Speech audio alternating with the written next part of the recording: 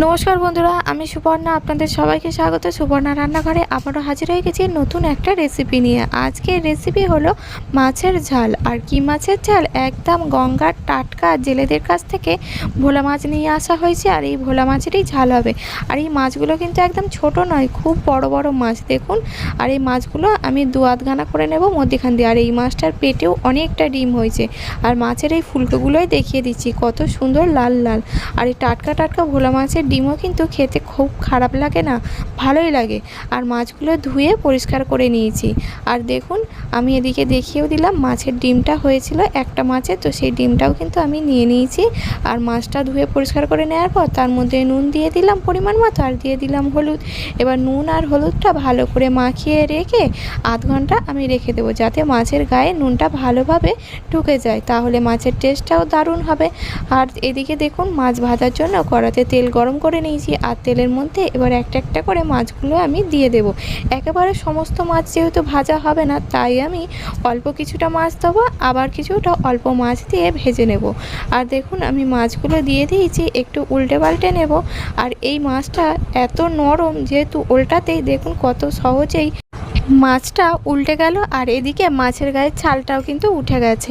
তবু যাই হোক, যে মাছগুলো তো ভেজে নিতে হবে। তো দেখুন, লাল লাল করে মাছগুলো ভেজে নিয়েছি। এবার মাছগুলো ভেজে তুলে নেওয়ার পালা। আর একইভাবে কিন্তু আমি সমস্ত মাছই ভেজে নেব। আর দেখুন, এই মাছগুলো তুলে নেওয়ার পর আবারও আমি যে কটা বাকি মাছ ছিল, তো সেই মাছগুলো আমি কড়াই তেলের মধ্যে দিয়ে দিয়েছি। দিয়ে একইভাবে ভালো করে মাছগুলো ভেজে নিতে হবে। আর এই ভোলা মাছ, ভেটকি মাছ একটু আস্তে করেই নাড়াচাড়া করতে হবে, না হলে মাছগুলো ভেঙে যাওয়ার ভয় থাকে। আর এদিকে কড়াইয়ে মাছ ভাজার তেলের মধ্যে দিয়ে দিলাম মোটা মোটা করে কাটা আলু। যেহেতু টাটকা মাছ, সেই জন্য আমি কিন্তু একটু মোটা মোটা করে আলু দিয়ে মাখা মাখা ঝোল বানাবো। খেতে খুব খারাপ লাগে না। অনেকেই কিন্তু ভোলা মাছের একদম শুকনো শুকনো ঝাল করেন, কিন্তু এইভাবে আলু দিয়ে বানালে, বা শীতের সময় হলে এটা ফুলকপি দিয়ে আলু দিয়ে খেতে দারুণ লাগে। আর দেখুন, আলুগুলো ঢাকনা দিয়ে ঢেকে ভালো করে সিদ্ধ করে ভেজে নিয়েছি। আর এবার এর মধ্যেই দিয়ে দিচ্ছি পেঁয়াজ কুচি। আর আলু ভাজাটা আমি কিন্তু আগে সেদ্ধ করিনি, তেলের মধ্যেই ঢাকনা দিয়ে ঢেকে ঢেকে সেদ্ধ করেছি। হয়তো আপনারা বুঝবেন, তাই আমি বলে দিলাম। আর দেখুন, এদিকে পেঁয়াজটাও লাল লাল করে আমি ভাজা করে নেব। আর পেঁয়াজটা লাল করে ভাজা হতে এর মধ্যে দিয়ে দিলাম টমেটো কুচি। আর টমেটো কুচিটাও এবার একটু নাড়াচাড়া করে নিতে হবে গলে যাওয়া পর্যন্ত। খুব সহজেই টমেটোটা যাতে গলে যায়। আর তরকারির স্বাদ মতো আমি দিয়ে দিলাম এখানে নুন। নুনটা দিয়ে ভালো করে নাড়াচাড়া করে নিতেই টমেটোটাও গলে গেছে।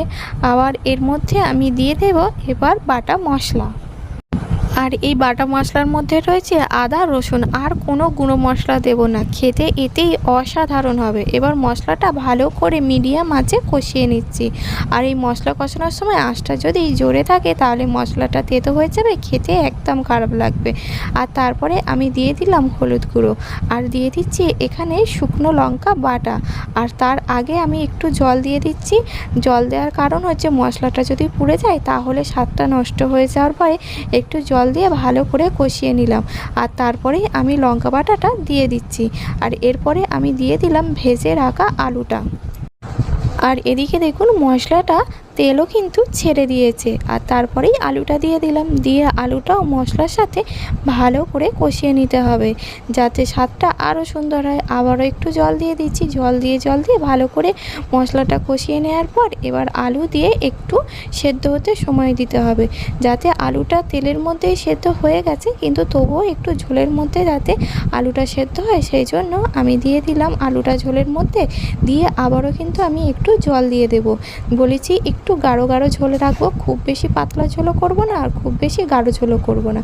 তো দেখুন, আর একটু সেই জন্য জল দিয়ে দিলাম। দিয়ে এবার ভালো করে ফুটতে দিয়েছি।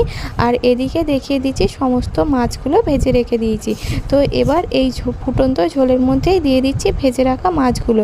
দিয়ে আর কি 3 থেকে 4 মিনিট ফুটিয়ে নামিয়ে নিলেই হয়ে যাবে একদম নদীর টাটকা ভোলা মাছের ঝোল।